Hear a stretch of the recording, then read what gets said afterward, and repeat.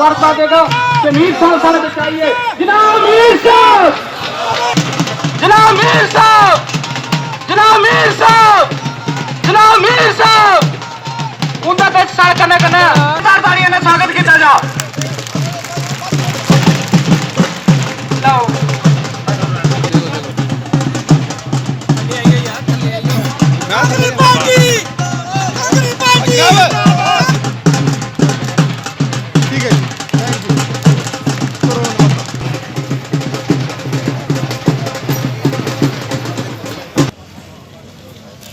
मैं अपनी ओर से और हमारे तीनों ब्लॉक प्रेसिडेंट अरमान सिंह, विजय शर्मा, बाबू खान की तरफ से मीर साहब का वेलकम करता हूं यहाँ पर नगरोटा कॉन्स्टिट्यूंसी में। रविंद्र शर्मा जी जो हमारे चीफ स्पोक्समैन हैं, मुलाराम जी हमारे भाई भी हैं और पुराने कांग्रेसी हैं जिन्होंने 3 दफा यहाँ पर मंत्री रहे, लोगों की काफ़ी सेवा की, वो भी यहाँ पर पधारे हैं।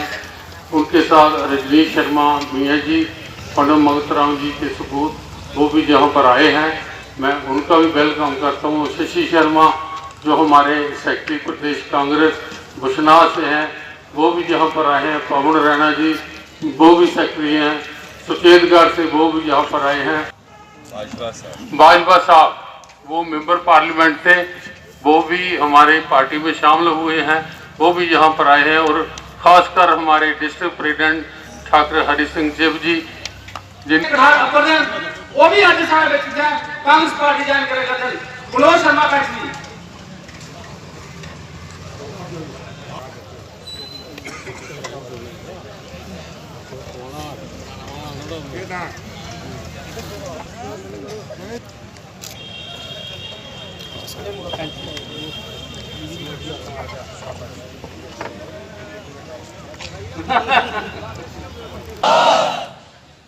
श्रीमती सोनिया गांधी, श्री राहुल गांधी, जनाब मीर साहब, मुलाराम जी, शिवदेव सिंह जी, शुक्रिया। सदर प्रदेश कांग्रेस ग्रामीण मीर साहब आयोजन करने वाले आपके हरदिल नेता ठाकुर शिवदेव सिंह जी, त्रिलोक सिंह बाजवा जी, साथ रूरल के ठाकुर हरि सिंह चिव जी, युवा कांग्रेस के अध्यक्ष उदय चिव जी, हुसैन अली वफा साहब जिनको आपने सुना साल के हैं, यहाँ साहिल शर्मा जी भी एक स्पोक्समैन बने हैं, दुबे जी, बलवीर सिंह नौजवान नेता, यहाँ के कोई सरपंच साहिबान। जागरण अभियान के पूरे देश भर में भारतीय जनता पार्टी की जो जातियां हैं, नीतियां हैं, उनके खिलाफ कल हमने जम्मू में भल्ला साहब की कॉन्स्टिट्यूंसी में हजारों की तादाद में लोगों ने शिरकत करके और गिरफ्तारियां दे करके हम शाम तक जेल में रहे। ताकि आप कमेटियां फॉर्म करो, हर मजहब के लोगों को बीच में लो, आप आगे के लिए एक मैसेज पर यहाँ पर जितने लोग बैठे दुगने लोग जहाँ से इकट्ठे हो जाते हैं। ये एक फार्मूला है कांग्रेस को तैयार करने का, और कांग्रेस को तैयार करने के लिए हर बशर का फर्ज होता है एक दूसरे के आगे नहीं आना चाहिए। तो मैं इतना ही समय लेते हुए, मैं ज़्यादा समय नहीं लेता, समय तो बातें तो हमारे मन में भी बहुत थी, क्योंकि मैंने बचपन देखा कांग्रेस में। 1977 में कहीं तो पैदा नहीं हुए थे, मैं पंचायत का मेंबर बना था। उस समय हाथ खड़े करके लोग इलेक्शन लड़ते थे, वो भी लड़ी है। 80 में मैंने म्यूनसिपैलिटी की टिकट पर लड़ा कांग्रेस की, 87 में मैं MLA बना हूँ। मैं बचपन से कांग्रेसी हूँ। मुझे दुख होता है, मैं कोई भी किस कॉन्स्टिट्यूंसी में आज से 35 साल से जो काम कर रहा हूँ, मैंने अपनी जेब से पैसा खर्च करके किया, कभी किसी के आगे तले नहीं आई। मेरी कोई फैक्ट्री नहीं चल रही, मैं कोई बिजनेसमैन नहीं हूँ, मैं एक जिम्मेदार हूँ आप लोगों की तरह। अपनी ज़मीनों में काम करता हूँ, उसकी आमदन से जो बचता है आप लोगों पर खर्च कर देता हूँ। तो मेरा ये फर्ज है, जब कोई इलेक्शन आएगी, कोई कैंडिडेट आएगा, सीट रिजर्व होगी, कटेगी, बढ़ेगी, जिस तरह की सीट बनेगी उस तरह से हमको तैयारी करनी है। लेकिन पहले हमें जैसे नगरोटा कॉन्स्टिट्यूंसी पहले थी उसी पर काम करना है, ताकि कोई भी जो आए उसको उसका बेनिफिट मिले। मीर साहब को मैंने मीटिंग में भी कहा था, मीर साहब मैं शिवदेव सिंह एक ऐसा आदमी है, मैं MLA बना था मुलाराम की कॉन्स्टिट्यूंसी से, रैपर कमाना से। मैं कभी आज दिन तक बाहर में गया, कभी नहीं इंटरफेयर किया। मैंने क्या लेना देना है, क्योंकि वहाँ पर रिजर्व सीट है, मुलाराम जाने। अगर मैं वहां पर टांगे घसीटूंगा तो नुकसान किसको होगा? मुलाराम को होगा। पार्टी को नुकसान करने के लिए हमारा मन ही नहीं करता। इसलिए जब तक ये फैसले नहीं होते तब तक हर एक आदमी को अपने अपने एरिया में रहना चाहिए, अपने अपने एरिया में मेहनत मारनी चाहिए। जो पार्टी का सच्चा सिपाही है, कुछ लोग लालच के पीछे में आते हैं, कुछ लोग पैसा कमाने के लिए आते हैं, कुछ लोग अपनी हेरा फेरी में फंसे होते हैं, इसलिए पॉलिटिक्स में आते हैं। हम पॉलिटिक्स में किसी लालच से नहीं आए। हमारे अपने सिस्टम है, अपने लोगों में बीच में रहते हैं। आप लोग जितने भी यहाँ पर बैठे हो, एक एक आदमी को हम नाम से जानते हैं, कौन जो है, कहाँ का है, इसका बाप कहाँ था, इसकी शादी कहाँ की थी। यही एक फार्मूला होता है, तो गुमा है। इसलिए मैं आपसे माफी चाहता हूँ, बीच में खामखा मैंने बोला। अब रविंद्र शर्मा से छीनने वाले हैं। आज के दौर में चाहे माइनिंग देख लो, चाहे रेत देख लो, जो हमारे साथियों 1947 के पहले ये देश अंग्रेज के खिलाफ था। देश की आजादी के लिए हिंदू, मुस्लिम, सिख, ईसाई सब ने मिलकर इस देश को आजाद करवाने में अपनी कुर्बानियां दी। और उस वक्त में गांधी जी की रहनुमाई में जो भी हमारे नेतागण थे, जिन्होंने इस देश की जंग आजादी में अपना रोल अदा किया, यही चीज जो कल से हिंदुस्तान में शुरू की है, यही चीज उस वक्त के जो हमारे बुजुर्ग थे, जिनको समझाने की जरूरत थी और समझाने की कोशिश की। इसी तरीके से आज पूरे हिंदुस्तान में और रियासत जम्मू कश्मीर में आप खुद देख रहे हैं कि हमारे हालात जो है हिंदुस्तान के कैसे हालात हैं। रियासत जम्मू कश्मीर रियासत एक खुशहाल रियासत थी। दुनिया में रियासत जम्मू कश्मीर का नाम लिया जाता था। ये डोगरा रियासत थी।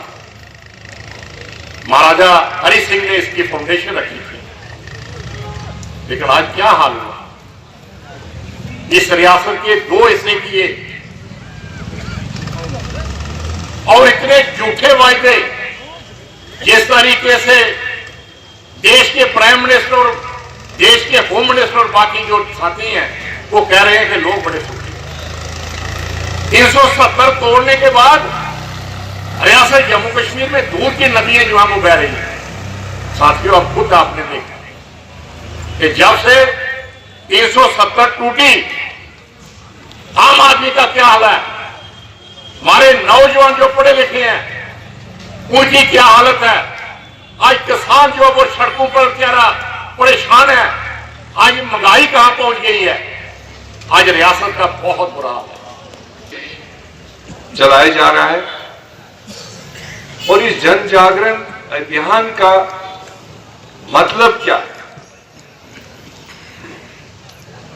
आप जिस तरह से देश में देख रहे हो, पिछले 7 साल से जमहूरियत नाम का कोई चीज नहीं, कॉन्स्टिट्यूशन नाम का कोई चीज नहीं इस देश में।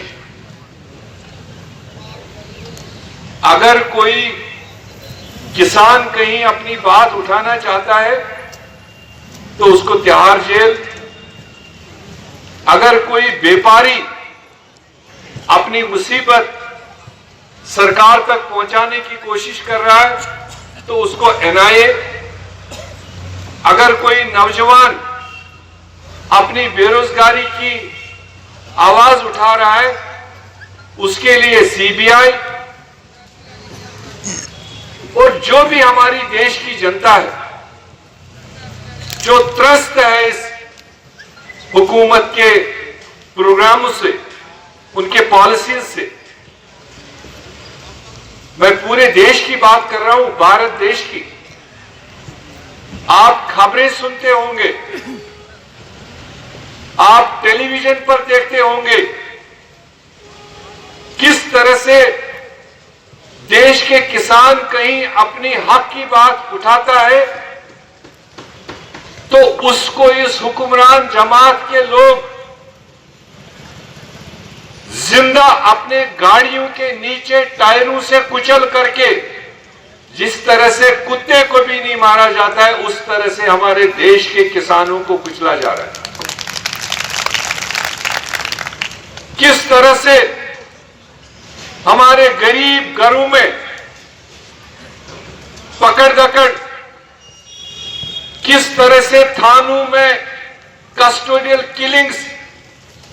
मैं भी जम्मू कश्मीर की बात नहीं कर रहा, यहां तो कस्टोडियल किलिंग रोजाना की बात है।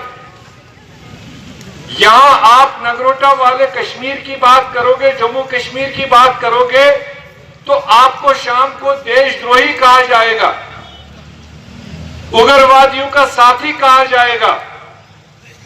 इसलिए मैं पहले देश की बात कर रहा हूं, उत्तर प्रदेश की बात कर रहा हूं, हरियाणा की बात कर रहा हूं, आंध्र प्रदेश की बात कर रहा हूं,